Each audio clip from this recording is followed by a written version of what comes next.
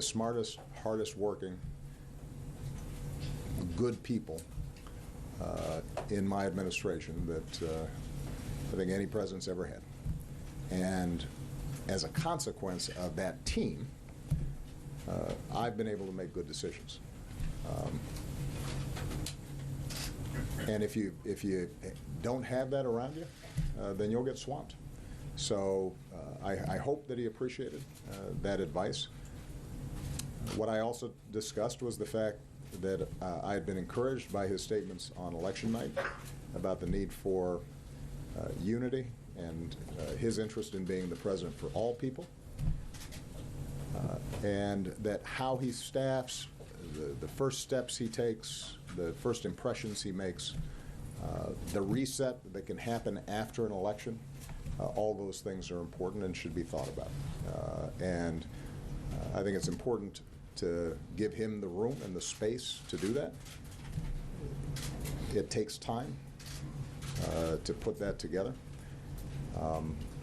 But I emphasized to him that, look, in an election like this that was so hotly contested and so divided,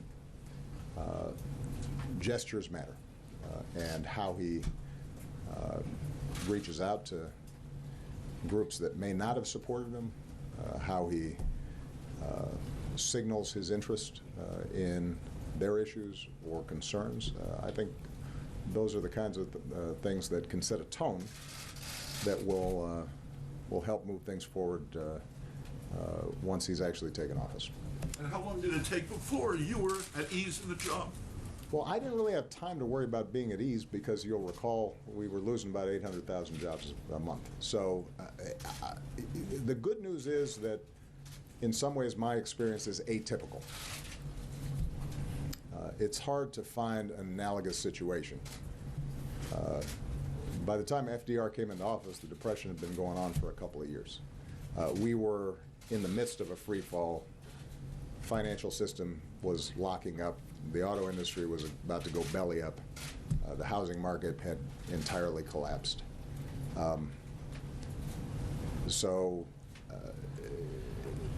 One of the advantages that I had was that I was too busy to worry about how acclimated I was feeling in the job.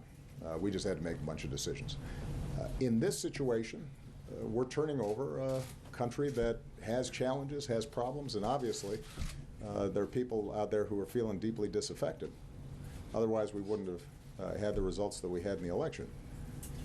On the other hand, if you look at the basic indicators of where the country is right now, the unemployment rate is as low as it's been in 8-9 years. Incomes and wages have both gone up over the last year faster than they have in a decade or two. We've got historically low uninsured rates. The financial systems are stable. The stock market is hovering around its all-time high, and 401ks have been restored. The housing market has recovered. We have challenges internationally, but our most immediate challenge with respect to ISIL, we're seeing significant progress in Iraq, and Mosul is now increasingly being retaken by Iraqi security forces supported by us. Our alliances are in strong shape. The progress we've made with respect to carbon emissions has been greater than any country on earth, and gas is $2 a gallon. So he will have time and space, I think, to make judicious decisions. The incoming administration doesn't have to put out a huge number of fires. They may want to take the country in a significantly different direction. But they've got time to consider what exactly they want to achieve, and that's a testament to the tremendous work that my team's done over the last 8 years. I'm very proud of them for it. Athena Jones. Thank you, Mr. President. You said more than once that you did not believe that Donald Trump would ever be elected president and that you thought he was unfit for the office. Now that you've spent time with him, sitting down and talking to him for an hour and a half in the Oval Office, do you now think that President-elect Trump is qualified to be president? And if I can do a compound question, the other one is you mentioned staffing and tone. What do you say to those Americans who may not doubt that there will be a peaceful transition, but that are concerned about some of the policies and sentiments either expressed by President-elect Trump himself or his supporters that may seem hostile to minorities and others? Specifically, I'm talking about the announcement that Steve Bannon, who is a proponent of the so-called alt-right movement, what many call the white nationalist movement, is going to have a prominent role in the White House under President Trump as his chief strategist and senior advisor. What message does that send to the country and to the world? Okay. Athena, without copping out, I think it's fair to say that it would not be appropriate for me to comment on every appointment that the President-elect starts making. If I want to be consistent with the notion that we're going to try to facilitate a smooth transition. Look, the people have spoken. Donald Trump will be the next president, the 45th president of the United States. And it will be up to him to set up a team that he thinks will serve him well and reflect his policies. And those who didn't vote for him have to recognize that that's how democracy works. That's how this system operates. When I won, there were a number of people who didn't like me and didn't like what I stood for. And, you know, I think that whenever you've got an incoming president of the other side, particularly in a bitter election like this, it takes a while for people to reconcile themselves with that new reality. Hopefully it's a reminder that elections matter and voting counts. And so, you know, I don't know how many times we have to relearn this lesson, because we ended up having 43% of the country not voting who were eligible to vote, but it makes a difference. Given that President-elect Trump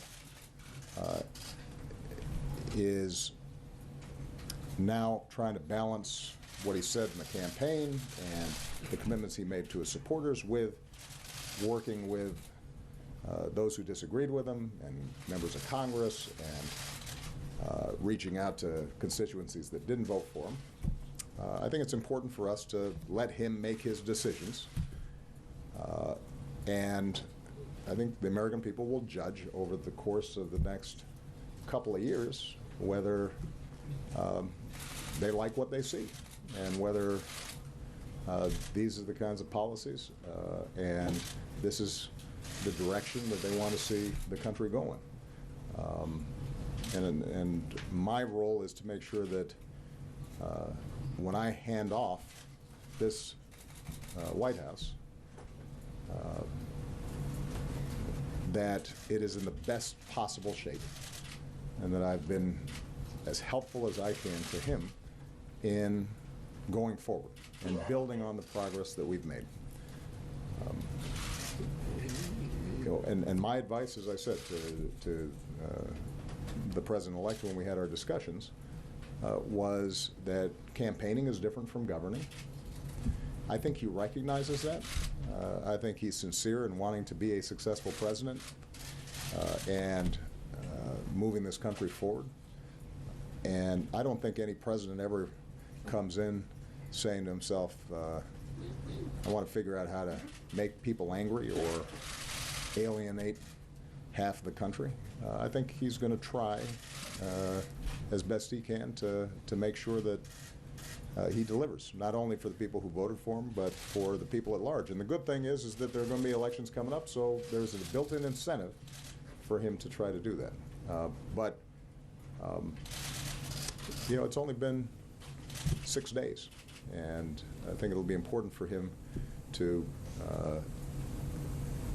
have the room to staff up to figure out what his priorities are, to be able to distinguish between what he was campaigning on and what is practical, what he can actually achieve. You know, there are certain things that make for good sound bites, but don't always translate into good policy. You know, that's something that he and his team, I think, will wrestle with in the same way that every president wrestles with. I did say to him, as I've said publicly, that because of the nature of the campaigns and the bitterness and ferocity of the campaigns, that it's really important to try to send some signals of unity and to reach out to minority groups or women or others that were concerned about the tenor of the campaign.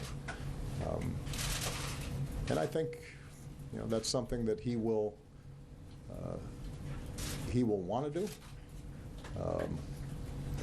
But this is all happening real fast. He's got commitments to supporters that helped to get him here, and he's going to have to balance those. You know, over the coming weeks and months and years, my hope is that those impulses ultimately win out. But it's a little too early to start making judgments on that. Your youth led qualifications, has that changed after meeting with him? You know, I think that he successfully mobilized a big chunk of the country to vote for him, and he's going to win. He has won. He's going to be the next president. Regardless of what experience or assumptions he brought to the office, this office has a way of waking you up. And those aspects of his positions or predispositions that don't match up with reality, he will find shaken up pretty quick, because reality has a way of asserting itself. And some of his gifts that obviously allowed him to execute one of the biggest political upsets in history, you know, those are ones that hopefully he will put to good use on behalf of all the American people. Scott Horsley. Thank you, Mr. President. You're off to Europe, which is facing some of the same populist pressures we see at work in this country. When you spoke at the UN, you talked about the choice they're facing between integration and building walls. Right. What choice do you think the American people made last week? And is there still a chance for what you called a course correction before Europeans make some of their choices?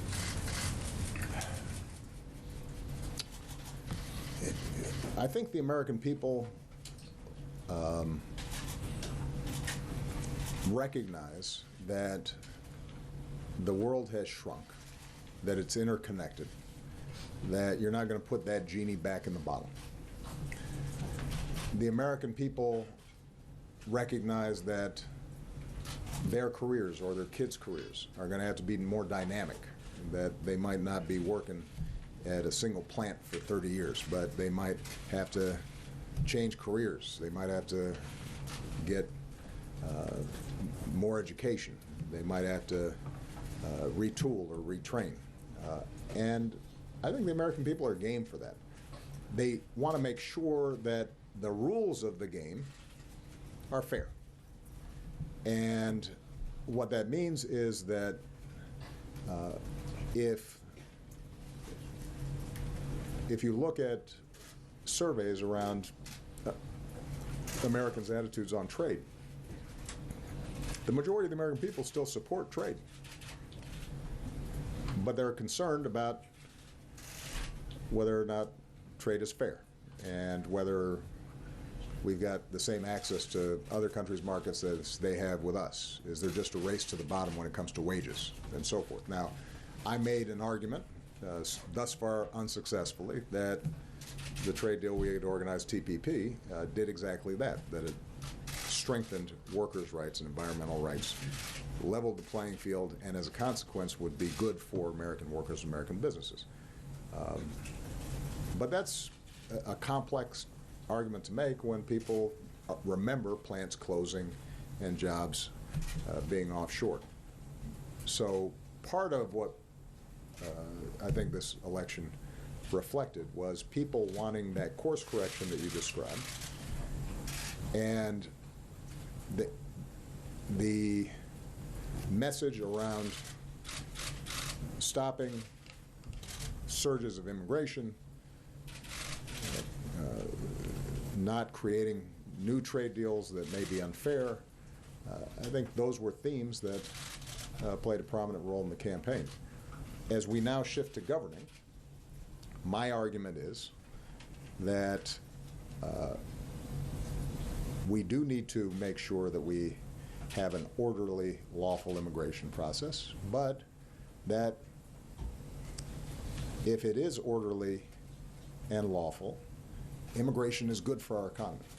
It keeps this country young, it keeps it dynamic. We have entrepreneurs and strivers who come here and are willing to take risks, and that's part of the reason why America historically has been successful. It's part of the reason why our economy is stronger and better positioned than most of our other competitors, is because we got a younger population that's more dynamic. When it comes to trade, I think, when you're governing, it'll become increasingly apparent that if you were to just eliminate trade deals with Mexico, for example, well, you've got a global supply chain. The parts that are allowing auto plants that were about to shut down to now employ double shifts is because they're bringing in some of those parts to assemble out of Mexico. And so it's not as simple as it might have seemed. And the key for us, when I say us, I mean Americans, but I think particularly for progressives, is to say your concerns are real, your anxieties are real. Here's how we fix them. Higher minimum wage, stronger worker protection so workers have more leverage to get a bigger piece of the pie. Stronger financial regulations, not weaker ones.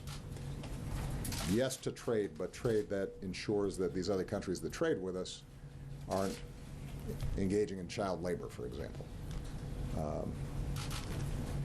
Being attentive to inequality and not tone deaf to it, but offering prescriptions that are actually going to help folks in communities that feel forgotten. That's going to be our most important strategy, and I think we can successfully do that. People will still be looking to the United States. Our example will still carry great weight, and it continues to be my strong belief that the way we are going to make sure that everybody feels a part of this global economy is not by shutting ourselves off from each other, even if we could, but rather by working together more effectively than we have in the past. Martha Raddatz. Thanks, Mr. President. Given some of the harsh words you had about Mr. Trump, calling him temperamentally unfit to be commander-in-chief, did anything surprise you about President-elect Trump when you met with him in your office? And also, I want to know, does anything concern you about a Trump presidency? Well, we had a very cordial conversation, and that didn't surprise me to some degree, because I think that he is obviously a gregarious person. He's somebody who I think likes to mix it up and to have a vigorous debate. What's clear is that he was able to tap into, yes, the anxieties, but also the enthusiasm of his voters in a way that that was impressive, and I said so to him, because I think that to the extent that there were a lot of folks who missed the Trump phenomenon, I think that connection that he was able to make with his supporters, that was impervious to events that might have sunk another candidate, that's powerful stuff. I also think that he is coming to this office with fewer set, hard and fast policy prescriptions than a lot of other presidents might be arriving with. I don't think he is ideological. I think ultimately he's pragmatic in that way, and that can serve him well, as long as he's got good people around him and he has a clear sense of direction. Do I have concerns? Absolutely. Of course I've got concerns. You know, he and I differ on a whole bunch of issues. But you know, the federal government and our democracy is not a speedboat. It's an ocean liner, as I discovered when I came into office. It took a lot of really hard work for us to make significant policy changes, even in our first 2 years when we had larger majorities than Mr. Trump will enjoy when he comes into office. And you know, one of the things I advised him to do was to make sure that before he commits to certain courses of action, he's really dug in and thought through how various issues play themselves out.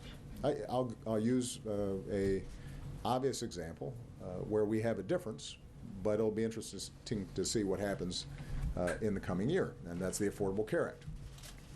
So obviously this has been the holy grail for Republicans over the last 6-7 years, was we got to kill Obamacare. Now, that has been taken as an article of faith, that this is terrible, it doesn't work, and we have to undo it. But now that Republicans are in charge, they got to take a look and say, let's see, we got 20 million people who have health insurance who didn't have it before. Healthcare costs generally have gone up at a significantly slower rate since Obamacare was passed than they did before, which has saved the federal treasury hundreds of billions of dollars. People who have health insurance are benefiting in all sorts of ways that they may not be aware of, everything from no longer having lifetime limits on the claims that they can make, to seniors getting prescription drug discounts under Medicare, to free mammograms. Now, it's one thing to characterize this thing as not working when it's just an abstraction. Now, suddenly, you're in charge and you're going to repeal it. Okay, well, what happens to those 20 million people who have health insurance? Are you going to just kick them off and suddenly they don't have health insurance? And in what ways are their lives better because of that? Are you going to repeal the provision that ensures that if you do have health insurance on your job and you lose your job, or you change jobs, or you start a small business, that you're not discriminated against because you got a pre-existing condition? That's really popular. How are you going to replace it? Are you going to change the policy that kids can stay on their parents' health insurance plan until they're 26? How are you going to approach all these issues? Now, my view is that if they can come up with something better that actually works, and a year or two after they've replaced the Affordable Care Act with their own plan, that 25 million people have health insurance and it's cheaper and better and running smoothly, I'll be the first ones to say, that's great. Congratulations. If, on the other hand, whatever they're proposing results in millions of people losing coverage and results in people who already have health insurance losing protections that were contained in the legislation, then we're going to have a problem. And I think that's not going to be unique to me. I think the American people will respond that way. So I think on a lot of issues, what you're going to see is now comes the hard part. Now is governance. We are going to be able to present to the incoming administration a country that is stronger, a federal government that is working better and more efficiently, a national security apparatus that is both more effective and truer to our values, energy policies that are resulting in not just less pollution, but also more jobs. And I think the president-elect rightly would expect that he's judged on whether we improve from that baseline and on those metrics, or things get worse. And if things get worse, then the American people will figure that out pretty quick.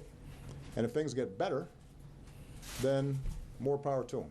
And I'll be the first to congratulate him. But Mr. President, you had talked specifically about his temperament. Do you still have any concern about his temperament? As I said, because Athena asked the question, whatever you bring to this office has a habit of magnifying and pointing out, and hopefully then you correct for it. This may seem like a silly example, but I know myself well enough to know I can't keep track of paper. I am not well organized in that way. And so pretty quickly, after I'm getting stacks of briefing books coming in every night, I say to myself, I've got to figure out a system, because I have bad filing, sorting, and organizing habits. And I've got to find some people who can help me keep track of this stuff. Now, that seems trivial, but actually it ends up being a pretty big piece of business. I think what will happen with the president-elect is there are going to be certain elements of his temperament that will not serve him well unless he recognizes them and corrects them. Because when you're a candidate and you say something that is inaccurate or controversial, it has less impact than it does when you're President of the United States. Everybody around the world's paying attention. Markets move. National security issues require a level of precision in order to make sure that you don't make mistakes. And I think he recognizes that this is different. And so do the American people. All right, I'm going to take just a couple more questions and I get out of here. Nadia, Bobasi. Thank you, Mr. President. President-elect Trump threatened to unravel the Iran nuclear deal, which your administration worked very hard to achieve. What would your concern if he alters part of it, and what will your advice be, considering that he said he's open to your advice? And on Syria, sir, the Syrian regime now is threatening Aleppo with massive onslaught. You talked passionately a few years back about Benghazi, and you warned against the killing of civilians there. Many people criticize your administration for the shortcoming in the Syria policy. Are you willing to let Aleppo fall under your watch? And how do you react to President-elect Trump's statement that you won't support the Syrian opposition anymore? Thank you. Iran is a good example of the gap, I think, between some of the rhetoric in this town, not unique to the president-elect, and the reality. I think there was a really robust debate about the merits of the Iran deal before it was completed. And I actually was pretty proud of how our democracy processed that. It was a serious debate. I think people of goodwill were on both sides of the issue. Ultimately, we were able to persuade members of Congress and the public, at least enough of them, to support it. At the time, the main argument against it was Iran wouldn't abide by the deal, that they would cheat. We now have over a year of evidence that they have abided by the agreement. That's not just my opinion. It's not just people in my administration. That's the opinion of Israeli military and intelligence officers who are part of a government that vehemently opposed the deal. So my suspicion is that when the president-elect comes in and he's consulting with his Republican colleagues on the Hill, that they will look at the facts. Because to unravel a deal that's working and preventing Iran from pursuing a nuclear weapon would be hard to explain, particularly if the alternative were to have them freed from any obligations and go ahead and pursue a weapon. And keep in mind, this is not just an international agreement between us and the Iranians. This is between the P5+1, other countries, some of our closest allies. And for us to pull out would then require us to start sanctioning those other countries in Europe or China or Russia that were still abiding by the deal, because from their perspective, Iran had done what it was supposed to do. So it becomes more difficult, I think, to undo something that's working than undo something that isn't working. And when you're not responsible for it, I think you can call it a terrible deal. When you are responsible for the deal and preventing Iran from getting a nuclear weapon, you're more likely to look at the facts. That is going to be true in other circumstances. For example, the Paris Agreement. Obviously, there's been a lot of talk about the possibility of undoing this international agreement. Now, you've got 200 countries that have signed up for this thing. And the good news is that what we've been able to show over the last 5, 6, 8 years is that it's possible to grow the economy really fast and possible to bring down carbon emissions as well. It's not just a bunch of rules that we've set up. You've got utilities that are putting in solar panels and creating jobs. You've got the big 3 automakers who have seen record sales and are overachieving on the fuel efficiency standards that we set. Turns out that people like not having to fill up as often and save money at the pump, even if it's good for the environment. You've got states like California that have been moving forward on a clean energy agenda, separate and apart from any federal regulations that have been put forward. In fact, 40% of the country already lives under in states that are actively pursuing what's embodied in the Paris Agreement. Excuse me, Bluetooth file exchange needs your attention.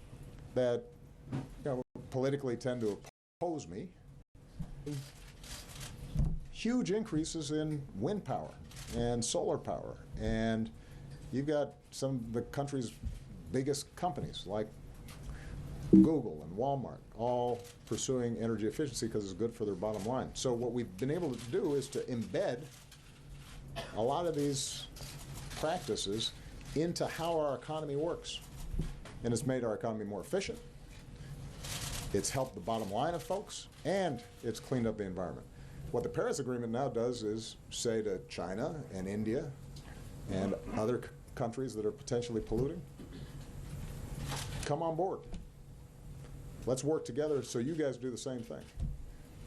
And the biggest threat when it comes to climate change and pollution isn't going to come from us because we only have 300 million people. It's going to come from China with over 1 billion people and India with over 1 billion people. And if they are pursuing the same kinds of strategies that we did before we became more aware of the environment, then our kids will be choked off.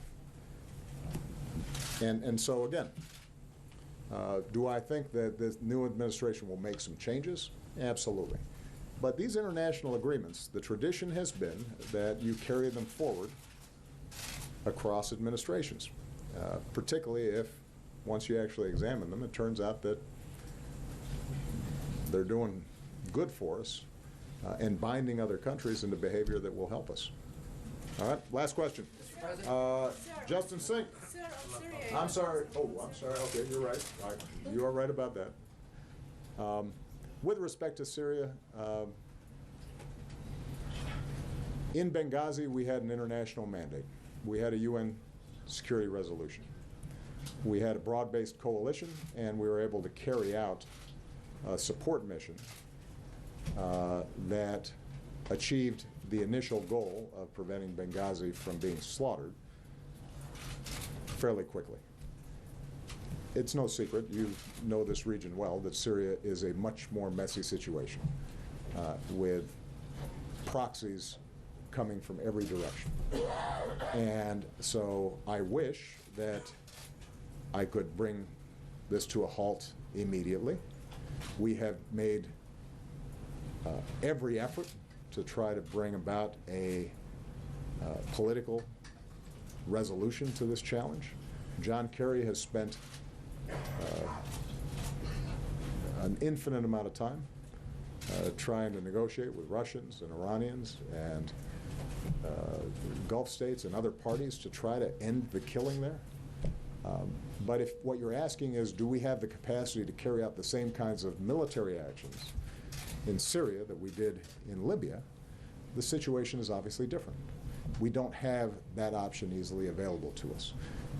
And so we're going to have to continue to try to pursue, as best we can, a political solution, and in the interim, put as much pressure as we can to the parties to arrive at humanitarian safe spaces and ceasefires that at least alleviate the suffering that's on the ground. I recognize that that has not worked, and it is something that I continue to think about every day, and we continue to try to find some formula that would allow us to see that suffering end. But I think it's not surprising to you, because you study this deeply, that if you have a Syrian military that is committed to killing its people indiscriminately as necessary, and it is supported by Russia, that now has substantial military assets on the ground and are actively supporting that regime, and Iran actively supporting that regime, and we are supporting what has to be our #1 national security priority, which is going after ISIL, both in Mosul and ultimately in Raqqa, that the situation is not the same as it was in Libya. And obviously there are some who question the steps we took in Libya. I continue to believe that was the right thing to do, although, as I indicated before, in the aftermath of that campaign, I think the world community did not sufficiently support the need for some sort of security structures there, and it now is a situation that we have to get back into a better place. I've given you, okay. Last question is Justin Sink at Bloomberg. Thanks, Mr. President. I wanted to ask about two things that might be on your desk over the next couple of months as you prepare for a Trump administration. One is at least 750,000 undocumented immigrants provided the federal government information about themselves and their family as part of your deferred action program. Wondering if there's anything you can do to either reassure them or shield that information from the incoming Trump administration, considering his stance on immigration. And the second is, the administration and you have long maintained that the legal restraints put on you by Congress governing movement of detainees from Gitmo are an unconstitutional infringement on your rights as Commander-in-Chief. Considering the gradual transfers that you've pursued are unlikely to continue under a Trump administration, is this now the time to sort of test that theory by moving the detainees and seeing where the chips want? Those are both excellent questions. On the deferred action program that we have, known as DACA, that relates to Dreamers who are currently benefiting from these provisions, I will urge the President-elect and the incoming administration to think long and hard before they are endangering the status of what, for all practical purposes, are American kids. I mean, these are kids who were brought here by their parents. They did nothing wrong. They've gone to school. They have pledged allegiance to the flag. Some of them have joined the military. They've enrolled in school. By definition, if they're part of this program, they are solid, wonderful young people of good character. It is my strong belief that the majority of the American people would not want to see suddenly those kids have to start hiding again. That's something that I will encourage the President-elect to look at. With respect to Guantanamo, it is true that I have not been able to close the darn thing because of the congressional restrictions that have been placed on us. What is also true is we have greatly reduced the population. You now have significantly less than 100 people there. There are some additional transfers that may be taking place over the next 2 months. There is a group of very dangerous people that we have strong evidence of having been guilty of committing terrorist acts against the United States, but because of the nature of the evidence, in some cases, that evidence being compromised, it's very difficult to put them before a typical Article III court. And that group has always been the biggest challenge for us. My strong belief and preference is that we would be much better off closing Gitmo, moving them to a different facility that was clearly governed by U.S. jurisdiction. We'd do it a lot cheaper and just as safely. Congress disagrees with me, and I gather that the President-elect does as well. We will continue to explore options for doing that, but keep in mind that it's not just a matter of what I'm willing to do. You know, one of the things you discover about being president is that there are all these rules and norms and laws, and you got to pay attention to them. And the people who work for you are also subject to those rules and norms. And that's a piece of advice that I gave to the incoming president. I am very proud of the fact that we will, knock on wood, lead this administration without significant scandal. We've made mistakes, there have been screw-ups, but I will put the ethics of this administration and our track record in terms of just abiding by the rules and norms and keeping trust with the American people, I will put this administration against any administration in history. And the reason is because, frankly, we listened to the lawyers. You know, we had a strong White House counsel's office. We had a strong ethics office. We had people in every agency whose job it was to remind people this is how you're supposed to do things. It doesn't mean everybody always did everything exactly the way it's supposed to, because we got 2 million people working in the federal government, if you're including the military, and so we had to just try to institutionalize this as much as we could, and that takes a lot of work. And one of my suggestions to the incoming president is that he take that part of the job seriously as well. Again, you wouldn't know this if you were listening to some news outlets or some members of oversight committees in Congress. But if you actually look at the facts, it works. And this is just one example of the numerous ways in which the federal government is much better today than it was without people really knowing. You look at VA. People remember the legitimate problems that were publicized in Phoenix. It was scandalous what happened. What people don't remember is that we've brought in well over 1 million people who are getting benefits that weren't getting it before, driven the backlog for disability benefits way down, cut homelessness in half, just made the agency work better, not work perfect, but work better. And one of the mottos I always have with my staff was, better is good. Perfect is unattainable, better is possible. And so we will try to share the lessons that we've learned over these last 8 years with the incoming president, and my hope is he makes things better. And if he does, we'll all benefit from it. All right? Thank you, everybody. You guys, some of you who are traveling, you'll get a chance to ask more questions. All right? Thank you.